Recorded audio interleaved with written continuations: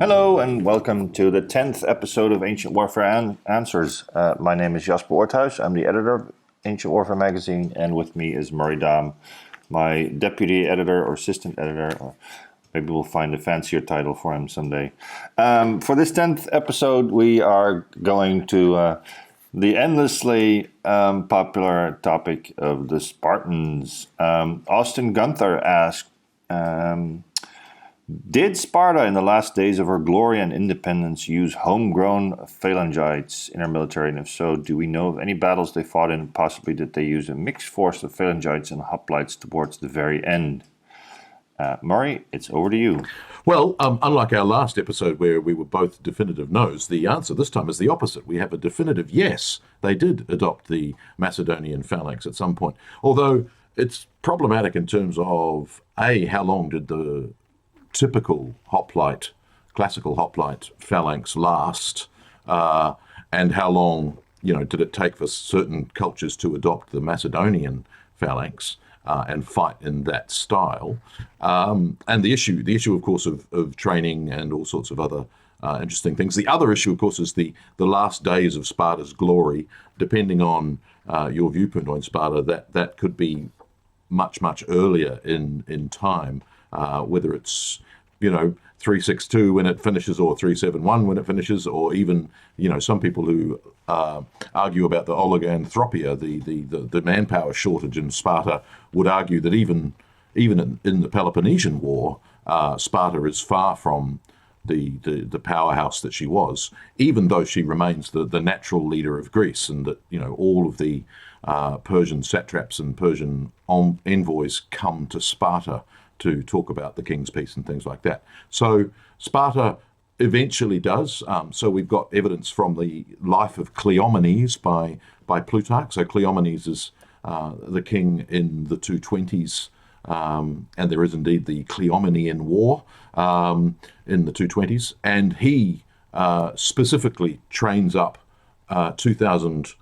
helots who have enough wealth, which is again an interesting fact, that these helots have amassed enough wealth to be able to qualify for their freedom, and with the money raised, he then makes them into a Macedonian unit. Now, that doesn't tell us that he makes the entire Spartan army into a Macedonian phalanx, just these 2,000 helots who are trained in the Macedonian manner. And yes, they have to be able to have 5 Attic mina.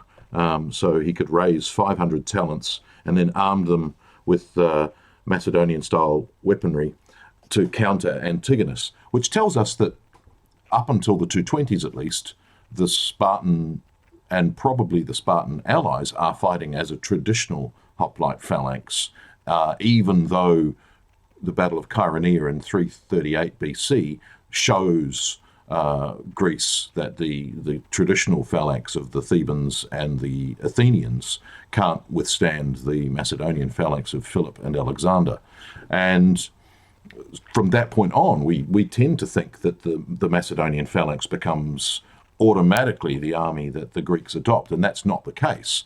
That there are, when Alexander invades Persia, there are tens of thousands of normal Greek hoplites, and of course the Cardaces, the Persians who are armed like hoplites, and then even Alexander himself begins to train up an eastern phalanx, and then during the Hellenistic period you get not only the Macedonian phalanxes of all the successors, but they're also training up locals as well, with some attitudes that when Ptolemy brings in an Egyptian phalanx at the Battle of Raphia, that it's not as good. So there's that issue as well, that even if the Spartans have a Macedonian armed and trained helot phalanx, is it as good as the phalanxes that it's facing, because it's facing Antigonus?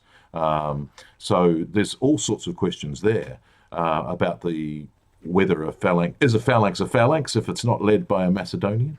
And of course, Pyrrhus of Epirus has an Epirot phalanx, not a Macedonian phalanx, even though they're the same type of weapon style and fighting style, which again we don't fully understand. There's all sorts of controversies about how did a phalanx operate. And then, of course, you've got things like the hypaspists, which are still questioned as to whether they are, in fact, a Macedonian phalanx. So the hypaspists that Alexander has are a double strength unit, so there's 3,000 of them. They're always on the right flank of the Macedonian phalanx. Are they phalangites or are they normal hoplites? We still don't know. Later on in the Hellenistic period, you get the sort of differentiation between the silver shields, who we think are who are phalangites, but then you've got white shields and bronze shields as well. Are they all phalangites, or are some of them hoplite units? Because what seems to happen is that the phalanx at some point has to finish, and you have to guard the flanks of the phalanx. And what tends to happen is that those troops who guard the flanks of the phalanx are not phalangites. Otherwise, you just extend how long the phalanx lasts. And so it seems to be that the traditional hoplite could have a place there guarding the flank. It also tends to be Cretan archers tend to end up there as well, guarding the flanks of the phalanx. Gosh, that's hard to say many times. So it's an interesting one. Of course, the other issue is that by the 220s, the exact number of hoplites that Sparta can bring to bear is probably massively reduced from, even the 4th century numbers, which we estimate are massively reduced from the 5th century numbers. And so by the end of the Hellenistic era, Sparta's not really producing many hoplites at all. They still adhere to the same traditions that their Spartan forebears have. And even Plutarch in the 2nd century AD talks about that the Spartan youth are still trained in the traditional way that Sparta's youth had been trained from the 7th century BC onwards. So they maintain that for a very long time, well after they're spent as a military force.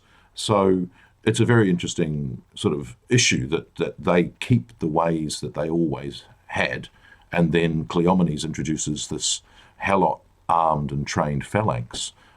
It's a very small phalanx, 2,000 men in a phalanx is not a particularly large unit when it comes to phalangites. Most phalanxes are 9,000 men minimum, and then, of course, some of the Hellenistic kings have much, much larger phalanxes. But Alexander's phalanx was only ever just over 9,000 men each. One of the taxaes had 1,500 men in it. So 2,000's only really a little bit more than one of those. So it's a 1/6 the size of Alexander's phalanx. So how effective is it going to be on a battlefield? But that raises more issues. And again, are they going to combine with a regular classical hoplite phalanx next to them, which is 8 ranks deep, whereas they're 16 ranks deep? Next to them, some periokoi hoplites, or however they fight by that point. Next to them, some Spartan mercenaries, because Sparta has a great tradition of hiring Cretan archers, for instance, in the 3rd century BC. So that you've got a very polyglot force, and it's no wonder that the Battle of Seleucia doesn't go so well in 221 for the Spartans, and that they get sort of trampled, unfortunately. But that's at it. So, but I think it's also a sign of desperation for Sparta that it has to adopt the tactics of its enemies, its Greek enemies by that point, because it hasn't got enough men of its own to fight them. All comes down to manpower. All comes down to manpower. All right. Thank you, Murray. See you next time.